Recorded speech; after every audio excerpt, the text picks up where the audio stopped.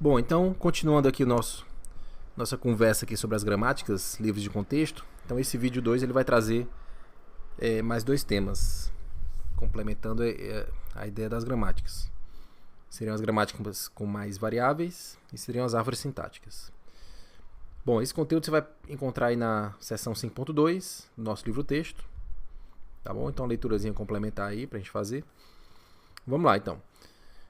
As gramáticas, até o momento, a gente tem lidado com gramáticas somente com uma variável. Né? Os nossos exemplos têm sido de gramáticas com uma variável. Então, neste vídeo, a gente vai falar sobre gramáticas com mais variáveis. E para dar a noção desse tipo de gramática, a gente vai tratar de um exemplo que seria uma gramática para representar expressões aritméticas em linguagem de programação. Então, você imagina que o compilador, quando ele vai no processo de compilação, quando ele vai validar o código, ele avalia eventualmente algumas expressões aritméticas.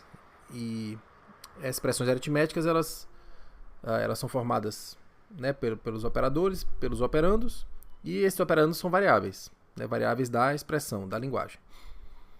Bom, então para simplificar um pouco a nossa gramática, a gente vai considerar somente os operadores de soma e multiplicação e os identificadores, que são os nomes das variáveis formados pelas letras A e B. Tá? Lembra que quando eu falo de variáveis aqui, nomes de variáveis, eu estou tratando das variáveis que compõem a expressão aritmética a ser aceita pela gramática, certo? Então não as variáveis da gramática. A variável da gramática é uma coisa, né? E os nomes de variáveis que eu falo aqui da expressão aritmética, da linguagem de programação, é outra coisa. Então, por exemplo, é um exemplo de expressão que deve ser aceita pela gramática. AB mais B vezes BBB, certo? Então, aqui eu tenho uma soma, uma multiplicação, tenho um parênteses, né, naturalmente, e meus três elementos que estão sendo operados aqui são o AB, o B e o BBB. Então, seriam os nomes das variáveis lá que alguém definiu lá no código, né? Então, a gramática tem que aceitar esse tipo de string. Bom, então, portanto, agora definindo a minha gramática. Os terminais da minha gramática são os símbolos A e B, né, mais e multiplicação, e os parênteses. A gente vai usar duas variáveis. Uma variável para definir as operações propriamente, que é a variável E, e a variável I vai nos ajudar a definir os nomes dos identificadores, né? São os nomes das variáveis. Bom, o símbolo inicial é a variável E, né, que representa as operações, e as produções são essas aqui. A gente vai ter 4 produções que dizem respeito aos nomes das variáveis. Então, I produz o A sozinho. Então, existe uma variável, pode ter um nome de variável só com A, pode ter um nome só com B, ou então você pode incluir o A ou B em cima desses nomes. Ou seja, dessa maneira você consegue, na verdade, construir qualquer tipo de nomes de variáveis, né? Usando essas 4 produções. Bom, em seguida vai vir as produções que dizem respeito à expressão propriamente.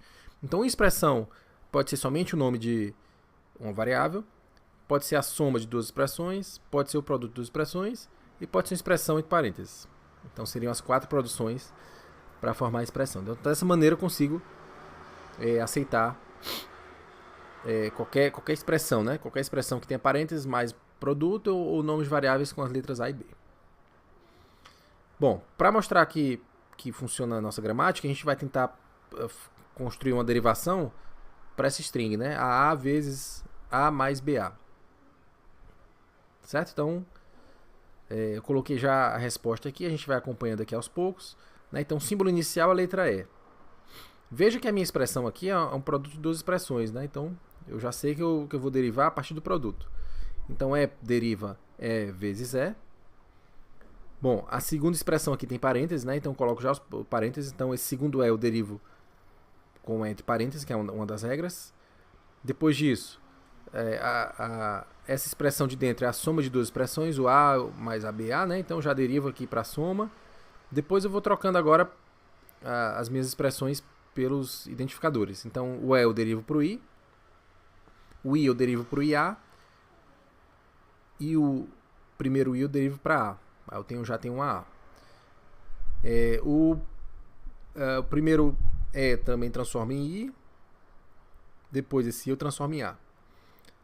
O A sozinho, né? O segundo E eu transformo aqui um I no I. O terceiro, na verdade, né? Se considerar a expressão inteira.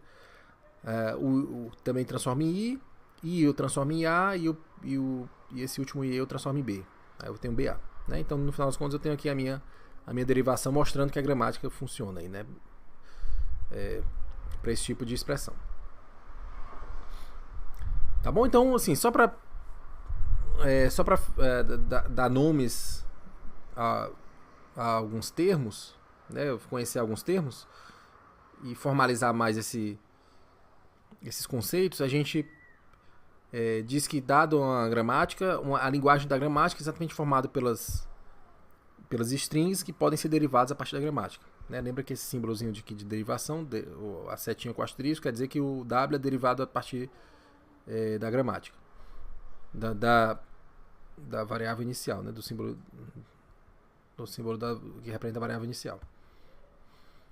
Bom, então a linguagem definida por uma gramática livre de contexto é chamada de linguagem livre de contexto. Certo? Então isso é só um termo, só uma notação que é usada aí nas gramáticas. Bom, o segundo tema que eu queria tratar nesse vídeo são as árvores sintáticas. Então, árvore sintática também é um conceito bem conhecido em linguagens, em compiladores. Então, árvores sintáticas, elas são formas de representar a derivação de uma gramática. Né? Então, à medida que você consegue derivar uma string a partir de uma gramática, você consegue montar essa derivação também por árvores. Então, para a gente ter uma noção de como é que isso pode ser feito, a gente vai dar como exemplo aqui aquela gramática dos parênteses.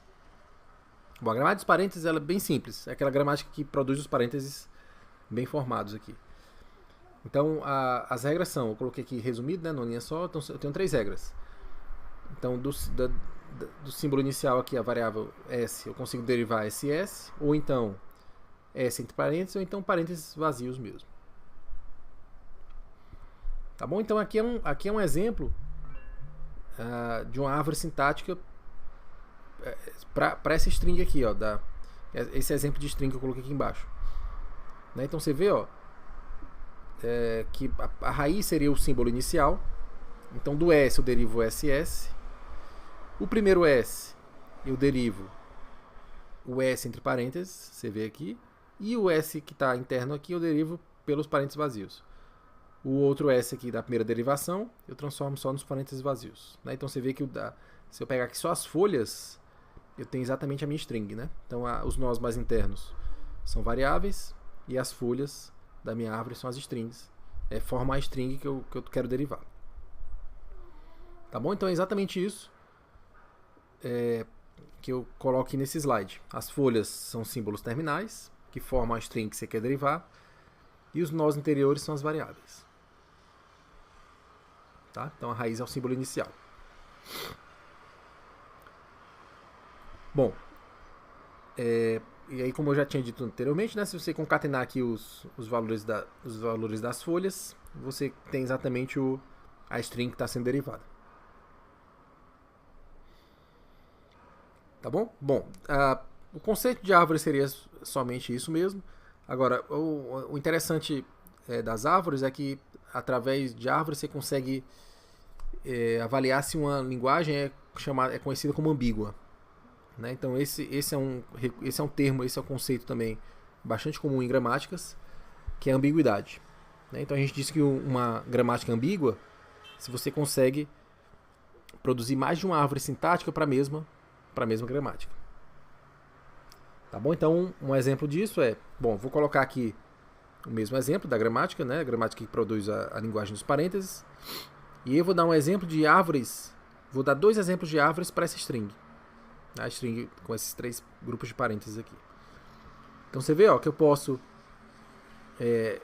os 2 exemplos de árvores, na verdade, são as 2 formas de derivação. Né? Então, se eu posso derivar se eu posso chegar à mesma string a partir de 2 caminhos de derivação diferentes, então esse é o conceito de ambiguidade. Né? Então você pode fazer isso pela derivação, pode fazer pelas árvores. Então você vê aqui, ó, o S, a partir do símbolo inicial que é o S, eu derivo os 2 S, que até o momento é igual nas 2 árvores, mas você vê que na primeira árvore eu derivo, o primeiro S eu derivo, né, para 2 S. E na segunda árvore, o primeiro S eu já derivo para os parênteses. Isso faz com que as árvores fiquem diferentes, mas elas produzam exatamente a mesma string. Né? Você vê que nas folhas eu tenho exatamente a mesma string. Tá bom? Então essa árvore essa gramática é considerada como uma gramática ambígua, né? Bom, então só para fechar aqui esse vídeo, vou deixar aqui um exemplo para você exercitar. Então eu vou pedir para você construir uma árvore para essa expressão, considerando aquela gramática lá que a gente fez no início, né, das expressões aritméticas. Vou pedir que você construa uma árvore primeiro para essa expressão, a expressão aí A mais B vezes A, né, só para você treinar essa ideia da construção de árvores. Em seguida eu quero que você tente mostrar que essa gramática é ambígua. Tá bom? Então a dica que eu dou é: como é que você mostra que a gramática é ambígua? Você mostra que existe pelo menos um string que dá para derivar, que para essa string você consegue construir mais de uma árvore sintática, pelo menos duas árvores sintáticas diferentes. Tá bom? Não necessariamente precisa ser essa string, não. Essa string aqui do exemplo que eu dei aqui no exercício é para você só construir a árvore mesmo, para treinar a ideia da árvore. Mas para mostrar que a gramática é ambígua, você precisa bolar e pensar no string que eu consigo representar por mais de uma árvore sintática. Tá bom? Então tenta fazer esse exercício. Lembra mais uma vez que os exercícios eles são a nossa frequência, né, da atividade à distância. Então aí você traz essa solução para mim lá na sala de aula que a gente considera aí sua frequência. Tá bom? E aí na sala de aula a gente resolve esse exercício. Tá certo? Então é isso aí. Até a próxima aula.